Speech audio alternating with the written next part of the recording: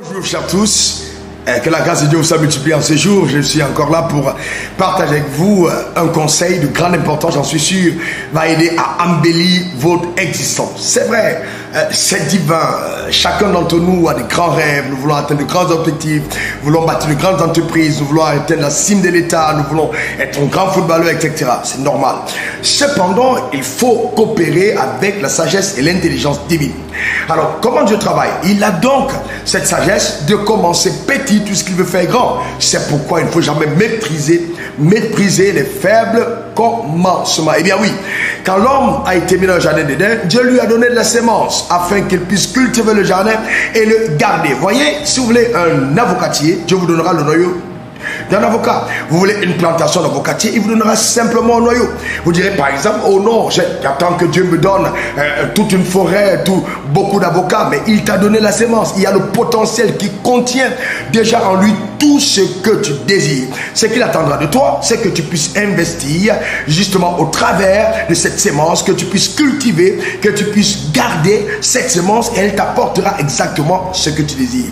Eh bien, c'est fondamental. Généralement, nous cherchons à l'extérieur de nous ce que nous avons déjà en nous. Nous sommes impatients.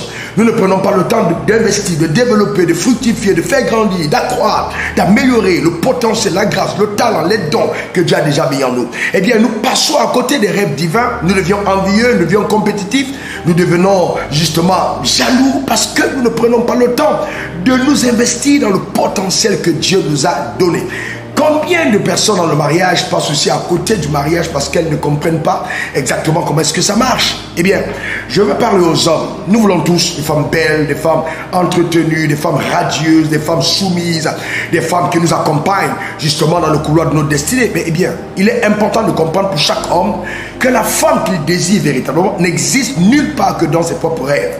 La femme que Dieu t'enverra aura le potentiel de devenir celle que tu recherches. Je dis bien le potentiel de devenir celle que tu recherches. Mais au travers de ton investissement, par les paroles de qualité, par ton amour, par ton attention, par ta provision, par le fait de veiller à ses côtés, de prier, tu verras que cette femme que tu recherchais était cachée en celle que tu as. Eh bien oui, c'est très important.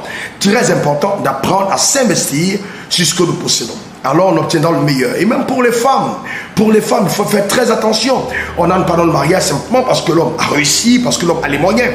La femme est une aide, la femme a été conçue pour aider l'homme à atteindre ses objectifs. Il faut donc qu'une femme ait aussi la capacité de percevoir la grandeur au travers des commencements qui peuvent être faibles. Je n'ai pas dit que l'homme n'aura rien, hein. Non, il doit quand même avoir un peu pour subvenir aux besoins. Mais cependant, justement, ce peu initial, la femme peut aider à l'amener à une autre dimension, à un autre niveau.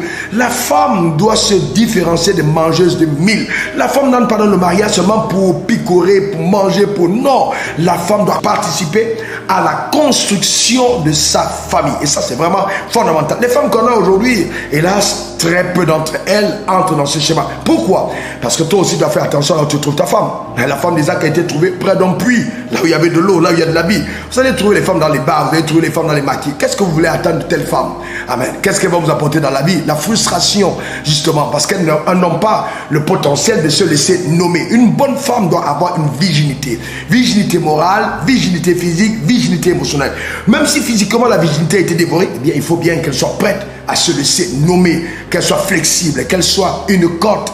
La cote, c'est justement celle qui est flexible, celle qui s'adapte, celle qui comprend qu'elle est à côté d'un homme pour l'aider à devenir davantage ce qu'il est déjà dans le regard divin. Ça, c'est vraiment fondamental. Alors, si tous les deux comprennent qu'on n'entre pas dans le mariage seulement pour être heureux, mais d'abord pour rendre heureux. Mais c'est vrai que nous tous avons envie d'être heureux. Mais le chemin du bonheur sera les autres heureux. Alors on aura sémé, on aura investi et en retour, on va récolter ce qu'on a investi. C'est vraiment fondamental. Que Dieu vous bénisse richement et que cette semaine vous apporte le meilleur du meilleur du meilleur. Eh bien, on est vraiment ensemble. Je vous aime profondément. Les femmes, ne soyez pas fâchés avec moi. Hein. Je suis juste là pour vous apporter des conseils. Je vous aime. On est ensemble. Raoul Wafo, votre serviteur. Bye bye.